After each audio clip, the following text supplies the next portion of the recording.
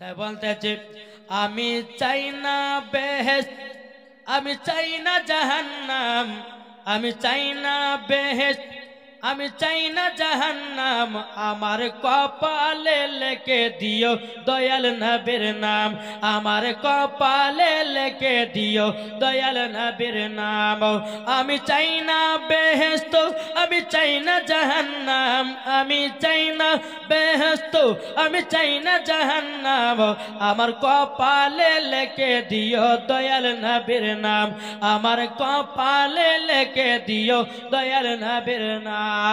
জোরে বলুন, যার কপালে নবীজির মোহাব্বত থাকবে রে বাবা, তারাই মরার পরে জান্নাতি জান্নাতি। জোরে বলুন না সুবহানাল্লাহ। বেরাদর ইসলাম বাবা, আর একটা ছোট্ট করে ঘটনা শুনে আমার আব্দুল কাদের জিলানীর। চলুন বাবাজি এগিয়ে যাই। ও গো আমার সোনা মানিকেরাও, ও মা কালাও, আমার গৌসুল আজমের কাছে বাবাজি একটা মহিলা এসেছে। আসার পরে বলছে হুজুর গো, আমার গর্ভে কি সন্তান আছে? হুজুর গো একটু তাবিজ পড়া ফু পড়া পানি পড়াতেন। বলে কেন? বলে হুজুর গো আমার বাড়িতে একটা না দুটো নয় 20টা মহিলা, 20টা বেটি, একটাও বেটা হয় না। হুজুর দোয়া করে দেন, এই যে গর্ভেটা আছে ওই ছেলেটা, ওই গর্ভে থেকে যার একটা পুত্র সন্তান নাই, যদি পুত্র সন্তান জন্ম না নেয় তাইলে পরে আমার স্বামী আমাকে বাড়ি থেকে বিদায় করবে। দেখবেন বাবা কিছু বাবা যুবক ছেলেরা আছে, যদি কোনো মহিলাকে বিবাহ করে, প্রথম যদি বেটি হয় মুখ বেকাও, আর বেটা হলে পরে বাবাজি 10 কেজি মিষ্টি বিলি করার পালা, ঠিক না? বেটি হলে মিষ্টি খাওয়াও না, বেটা হলেও ভাইরে ভাই বেটা নয় ব্যথা, ব্যথা বেটালাই ব্যথা ব্যথা। মা বোনেরা কষ্ট করে মানুষ করে বড় করে, কাল লাগনিকে বিয়ে করে মাকে দুটো ভাত দেয় না, সন্তান হলো। বাবাজি মুসলমান, এ সোনা মানিকেরা, আমার নবীজি বলেছেন যেই বাড়িতে প্রথম কন্যা সন্তান জন্ম নেয়, আল্লাহ বলতেছে ওই বাড়িতে একটা না দুটো নয় 70টা ফেরেশতারা নাজিল হয়। আমার নবীজি বলেছে যেই বাড়িতে মহিলারা থাকে না ওই বাড়িতে কোনো বরকত থাকে না। আমার নবী মুস্তাফা বলেছেন মহিলাদের এতটা সম্মান আমার নবীজি বাড়িয়ে দিয়েছেন। ও মা কালা, তোমাদের সম্মান আমার নবীজি বাড়িয়েছে। মা গো মা, আর জীবন সিরিয়াল দেখবেন না, 5 ওয়াক্ত নামাজি হয়ে যাবেন, নামাজ পড়বেন, রোজা করবেন, স্বামীর সেবা করবেন, মরার পরে জান্নাতি হয়ে যাবেন। জোরে বলুন না সুবহানাল্লাহ। বেরাদর ইসলাম মাদের সামনে গেলাম, সে বলতেছে বলে হুজুর দোয়া করে দিন আমার জানো পুত্র সন্তান জন্ম নেয়। আমার গৌসুল আজম বলতেছে যা তোর গর্ভে কন্যা ছিল, যা তোর পুত্র সন্তান জন্ম নেবে। মহিলাটা বলছে হুজুর পানি পড়া দিলেন না, তাবিজ পড়া দিলেন না, এমনি বলতেছে যা তোর পেটে কন্যা ছিল পুত্র হয়ে যাবে। যখন বাবা কথা বলেছে বলার পরে বেরাদর ইসলাম মাদান সামনে গেল, আমার গৌসুল আজম বলতেছে বলো গো মহিলা, তবে শোনো গো তোমার বাড়িতে 20টা মেয়ে আছে, গিয়ে দেখো গা দেখো গা ওই 20টা মেয়ে কি হয়েছে, সব পুত্র সন্তান হয়ে গেছে। যাও দেখে আসো। বাবা দৌড়াতে দৌড়াতে যখন বাবা দিয়ে এসেছে, আসার পরে বাবা টুক টুক টুক টুক করে চলতে লেগেছে।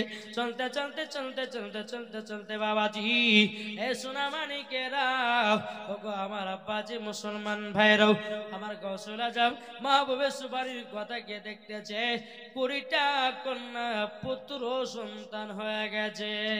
জোরে বলুন না সুবহানাল্লাহ।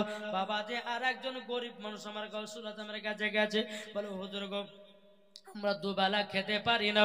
ওগো হুজুর আমরা দুবেলা চলতে পারি না। বলে কেন? বলে খাওয়া ঠিক মতো পাই না। তাই নাকি? বলে হাও। আমার গৌসুল আজম বলছে মুরিদ বাজারে যাও 6 কেজি আটা নিয়ে এসো। 6 কেজি আটা নিয়ে এসো। 6 কেজি আটা নিয়ে আসা হলো। আমার গৌসুল আজম বলছে গো ফকির বাবা, এই আটাটাকে নিয়ে গিয়ে একটা ড্যামের ভিতরে ভরবেন, ড্যামের মুখখানা লাগাইয়া দিবেন, ড্যামের তল দিকে একটা ছিদ্র করবেন, ওই ছিদ্র দিয়ে আপনি আটা বের করবেন, ঢাকনা জানো না গলে। জোরে বলুন। এ ফকির বাবা কি করে 6 কেজি আটা নিয়ে তার বিবিকে বলছে, বিবি এই আটাটা ঢুকিয়ে দাও ড্যামের ভিতরে, ড্যামের মুখখানা লাগাইয়া দাও, আর ড্যামের তল দিকে একটা ছিদ্র বের করো, ছিদ্র করো, ওই ছিদ্র দিয়া আটা বের করবা, ড্যামের মুখ কোনোদিন খুলতে যাবা না। বাবাজি 1 বছর চলে গেল, 2 বছর চলে গেল, 3 বছর চলে গেল, 4 বছর চলে গেল, 5 বছর চলে গেল, 6 বছর চলে গেল। 6 কেজি আটাতে বাবাজি 6 বছর চলে গেল, তবুও বাবা আটা পুরাই না। বেরাদার ইসলাম যখন বাবাজি মহিলা মানুষ বুঝেন তো, দেখি তো কতগুলি আটা আছে, 6 বছর ধরে খাচ্ছি, আটা কি কমে না, দেখি একটু খুলে দেখো তো মা বোনেরা কেমন আছে। খুলে যেমনই বাবাজি দেখে যে তার পরের দিন 6 দিন আটা হয়েছে, শেষ হয়ে গেছে। ফকির বাবাটা 1 পা 2 পা করে গসুল আজমের কাছে গেল, বলো হুজুর, হুজুর গো আমরা 6 কেজি আটা 6 বছর 6 দিন খেয়েছি, তারপরে শেষ হয়ে গেল। বলো গো ফকির বাবা, আপনার কথা আমি বলেছিলাম ড্যাম খুলবে না, নিশ্চয়ই তোমরা ড্যাম খুলেছিলে। বলো গো হুজুর, আমার বিবি ড্যাম খুলেছিল, তারপর দিন 6 দিন আটা খেলাম, পুরায় গেল। গসুল আজম বলতেছে, বলে ফকির বাবা তোমার বিবি যদি ড্যাম না খুলতো, কিয়ামত পর্যন্ত যদি এই আটার ড্যামটা না খুলতো, কিয়ামত পর্যন্ত এই ড্যামের আটা পোড়াতো না। বাবাজি এরই নাম হচ্ছে আল্লাহর ওলিদের পাওয়ার। তাই বাবাজি মুসলমান এ সোনা মানিকেরাও গল্প শুনবেন। এই যে বাবা জালসা করছেন, জালসা করার পর যদি ফজর নামাজ বাদ হয় তো কি হবে? বেকার না? তো বাবাজি মুসলমান সোনা মানিকেরাও, ও মা কালা আপনাদের আসলো মা পালা, ও গো মা জননী, আমি বলতে চাই মা তার চিরুনি ভাবে কিভাবে আছে চুল গালাকে রাখবেন বলে দিতে নাকি কি গো? মহিলাদের মাথার চুল যখন আঁচড়াই, আচ্ছা এমনি এমনি কি মশলা দেবো, আমার 10টা মাই 100 টাকা দিতে পারবে না? এই কমিটি ভাই জানতো জান না, 10টা মার কাছে 100 টাকা নিয়েছেন, জান কি গো?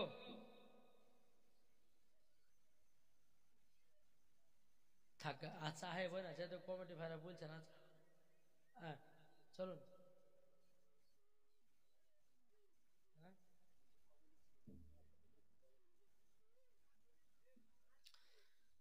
বেরাদার মজা সামানিকরাম, তো মায়েরা যখন বলছেন তো আমি লেট করছি না। এই উনি বলছে যে একটা আমাদের এলাকায় একটা নাচ শরীফ বলবো তো, হ্যাঁ আচ্ছা। ঝিলমিল ঝিলমিল করছে দেখো না, গ্রামটার নাম কি? আর অন্য কোন নাম নাই? শর্টকাটে নাম দাও।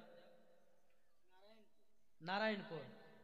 ঝিলমিল ঝিলমিল করছে দেখো না, নারায়ণপুরেতে।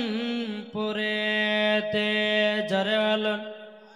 ঝিলমিল ঝিলমিল করছে দেখো না এই গ্রামেতে, নাবির আশিক বসে আছে, সুবহানাল্লাহ বলতে হবে, নাবির আশিক বসে আছে, তাই তো তাদের ভাবনা নাই। ঝিলমিল ঝিলমিল করছে দেখো না এই গ্রামেতে, ঝিলমিল ঝিলমিল করছে দেখো না এই গ্রামেতে। দেখো বসে আছে দেখো নবীজি দিওয়ানা, ঝিলমিল ঝিলমিল করছে দেখো না নারায়ণপুরেতে। জোরে বলুন। যারা আছে নবীর গোলাম, যারা আছে নবীর গোলাম, দেখলে পরে বোঝা যায়। ঝিলমিল ঝিলমিল করছে দেখো না এই গ্রামেতে। জোরে বলুন। কমিটি ভাই আছে যারা, দিয়েছি তারা জান্নাতের পালা। জোরে বলুন। কমিটি ভাই যারা চারাও দিয়েছে জান্নাতের পালাও, যাবে তারা মদিনায়, যাবে তারা মদিনায়, পবিত্র কোরআনে লেখা ঝিলমিল ঝিলমিল করছে দেখো না এই গ্রামেতে।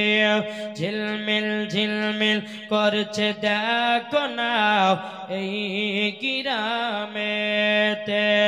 নাবির আশিক বসে আছে, নাবির প্রেমিক বসে আছে, তারা জান্নাতের দিওয়ানা। ঝিলমিল ঝিলমিল করছে দেখো না এই গ্রামেতে। জান্নাতি বাগান সাজিয়েছে, জান্নাতি বাগান সাজিয়েছে আমার যুবক ভাইয়েরা।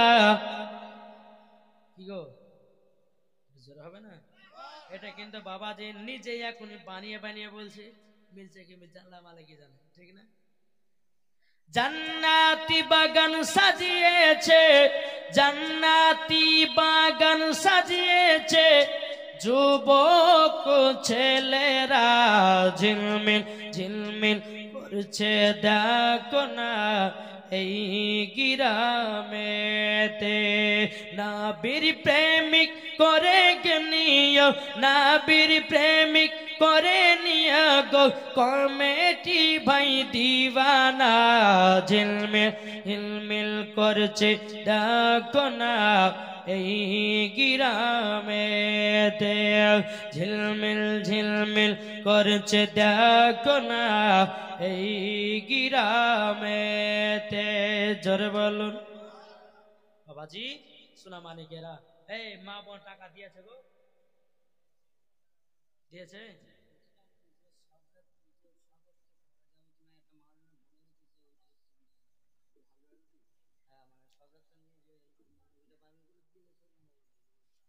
এই হালুয়া রুটি কোনদিন খেয়েছেন না খাননি?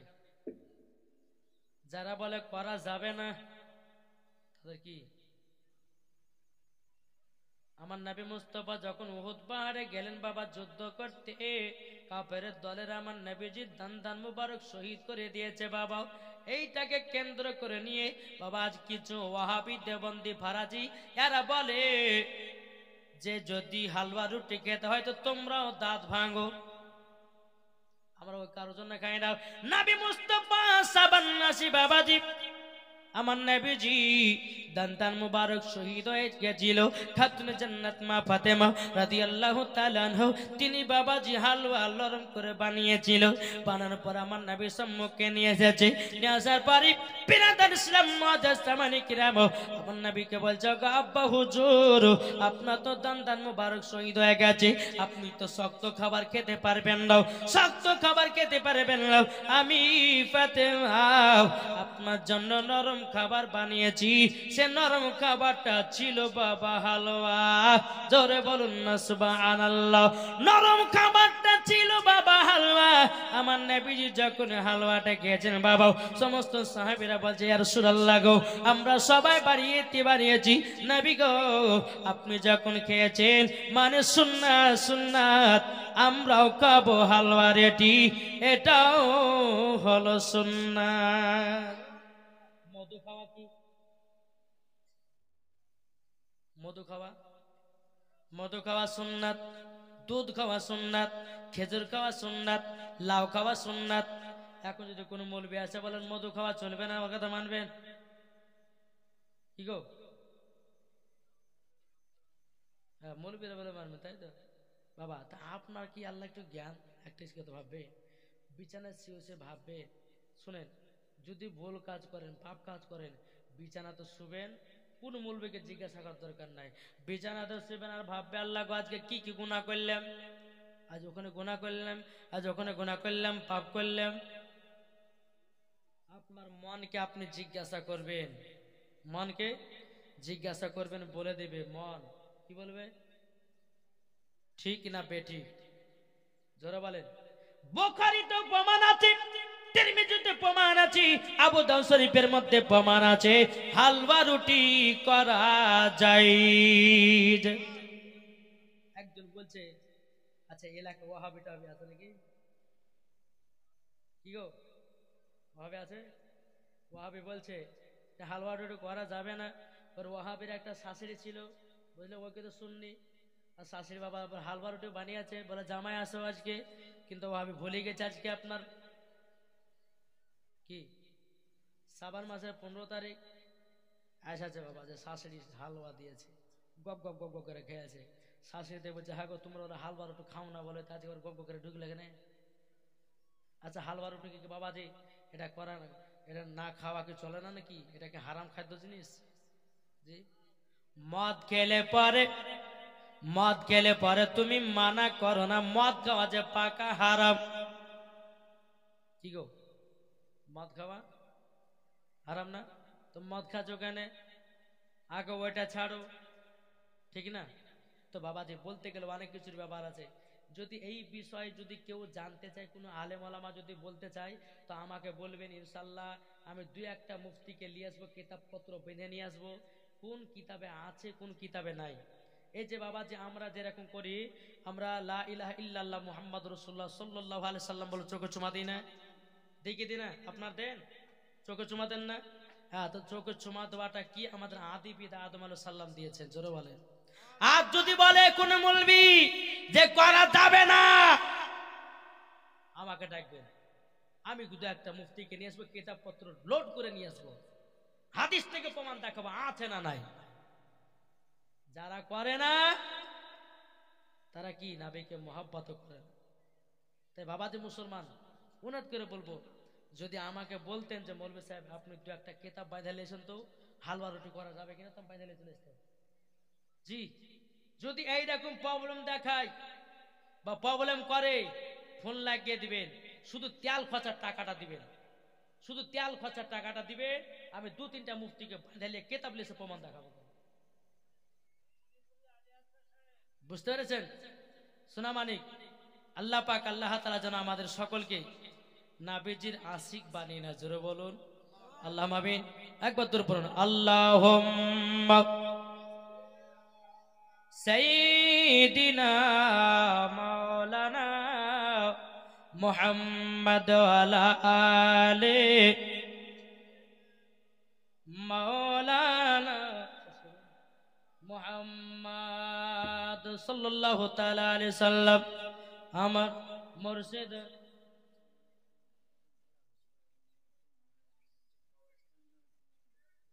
দোয়া তো করবো, সবই করবো, কেমন করবো, দোয়া সব হবে।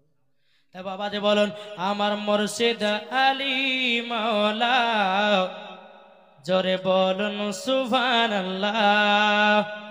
জোরে হবে না?